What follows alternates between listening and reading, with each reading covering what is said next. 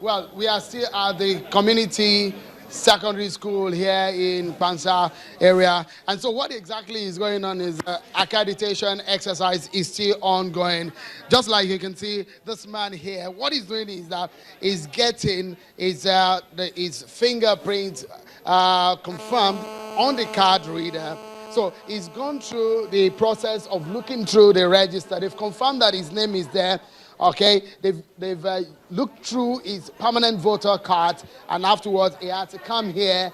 When he's able to get this confirmed, and this said yes, isn't it? Yes. Okay, it was confirmed. Yes. All right, so he's accredited. So that the process is concluded. Let me just put you through just how it starts.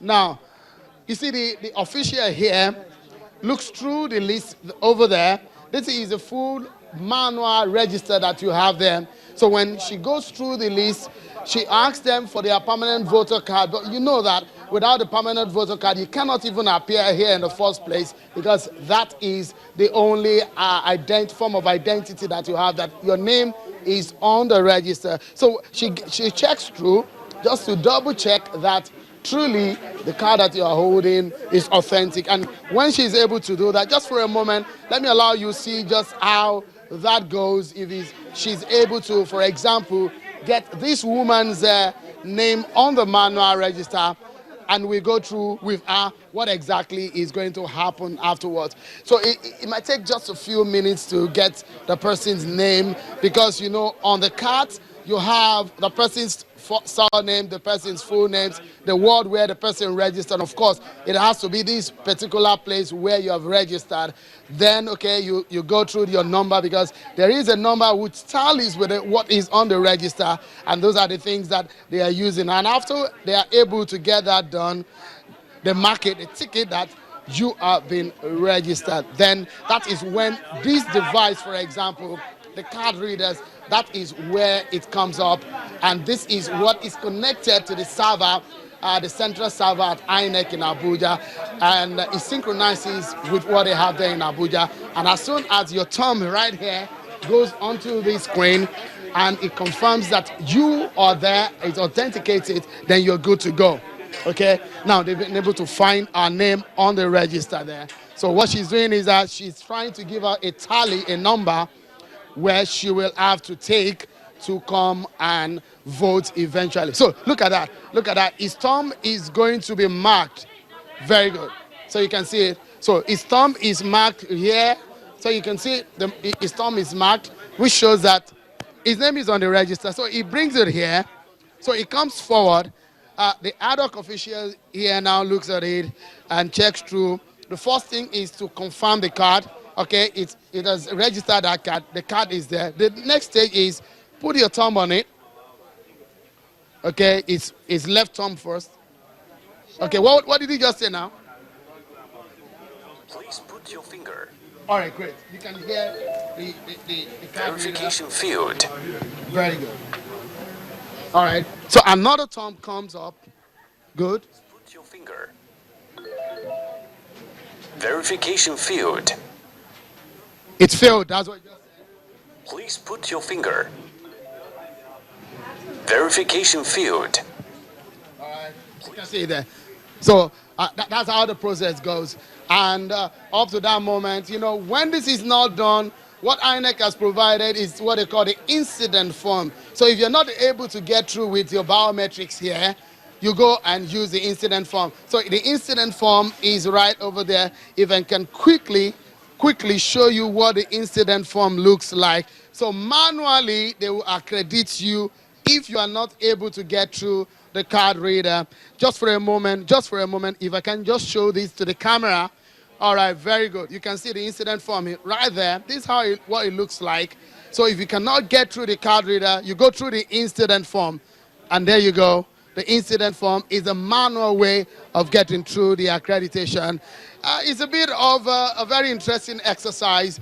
Well, this is somewhat an exercise to bypass the bottlenecks of technology if you are not able to get through. But let's get a sense of what exactly has been happening throughout this process. I have joining me right now the chairman of the Transition Monitoring Group, Mr. Zik Ibrahim, who is going to be talking to us here on Channels Television. Mr. Zik Ibrahim, just for a moment.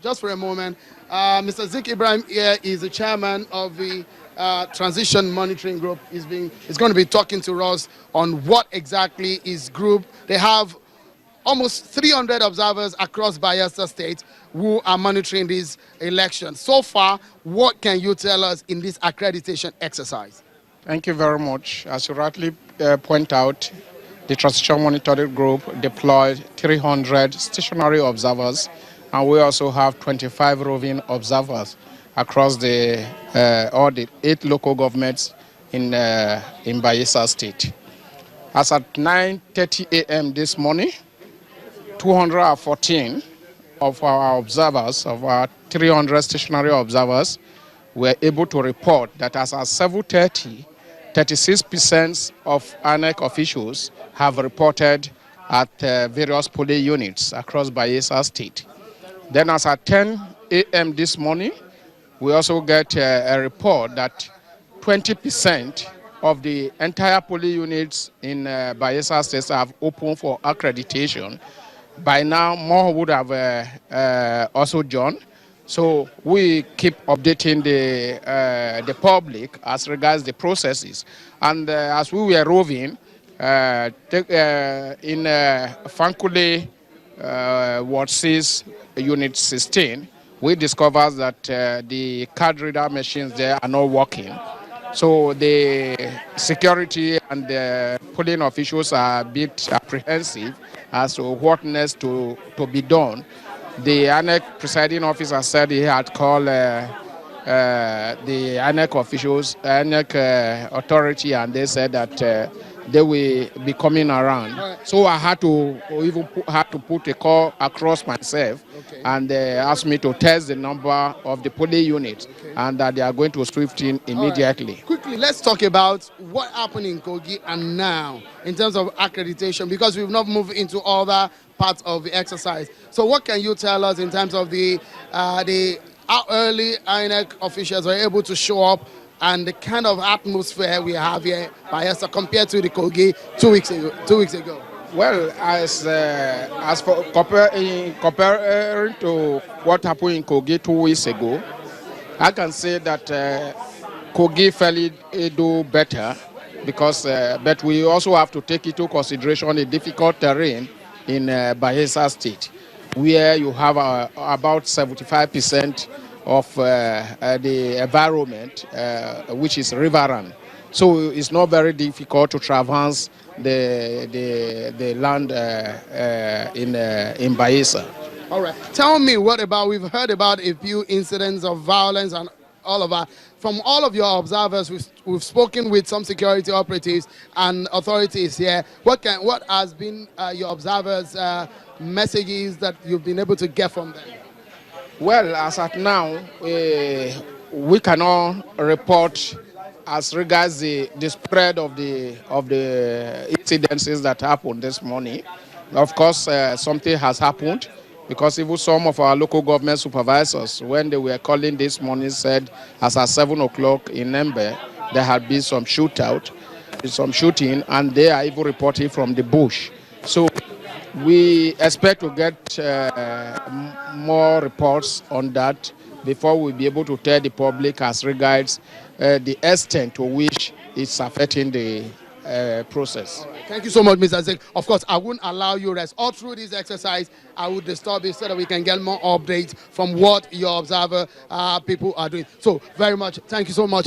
Just before we go from here, thank you so much, Mr. Zik Ibrahim. Let me give you another very eloquent observer in this exercise. We're together in Kogi State, and he's here with his team. He's the chairman of the Nigerian Bar Association Election Observer Group. Dafe Akpedeye SAN is here to talk to us. Very good to have you here in Bayelsa. You scaled through the hurdles of Kogi, and here we are again. Give us an understanding of what it is like. You've been moving around town. What have you been information that you're getting about this election so far? About 3 hours into the process, and what we get is that It started on a slow note. Accreditation didn't start at 8 o'clock in most of the places we visited. We have a team spread through the six senatorial districts of Bayelsa. We're in the east, we're in the west, and here we're in central in Yenagua. What we get is that for some reasons, accreditation didn't start on schedule. I've heard arguments of difficult terrain, but Yenagua is not a difficult terrain. We're on flatland Yenagua.